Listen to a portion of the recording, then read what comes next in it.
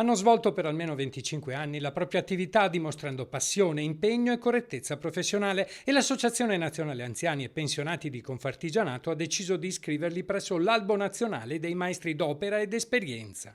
L'Albo Nazionale di Maestri d'Opera d'Esperienza, che oltre allo scopo di essere premiati, chi vuole, chi fa, chi ha la voglia, può anche fare da tutor ai giovani per insegnare a tramandare alle future generazioni le sapienze e le esperienze del lavoro che hanno fatto.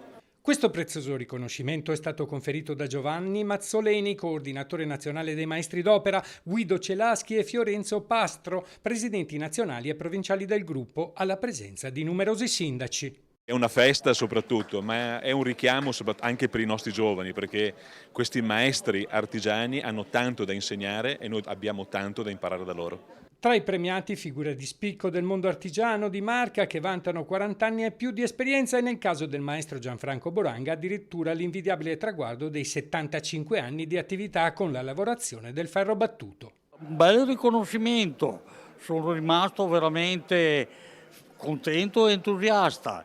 Un bagaglio inestimabile di esperienza e sapere a cui è doveroso rendere merito, la realtà però porta a un pizzico di malinconia. La sua attività senza di lei chiuderà? Non ho grandi speranze.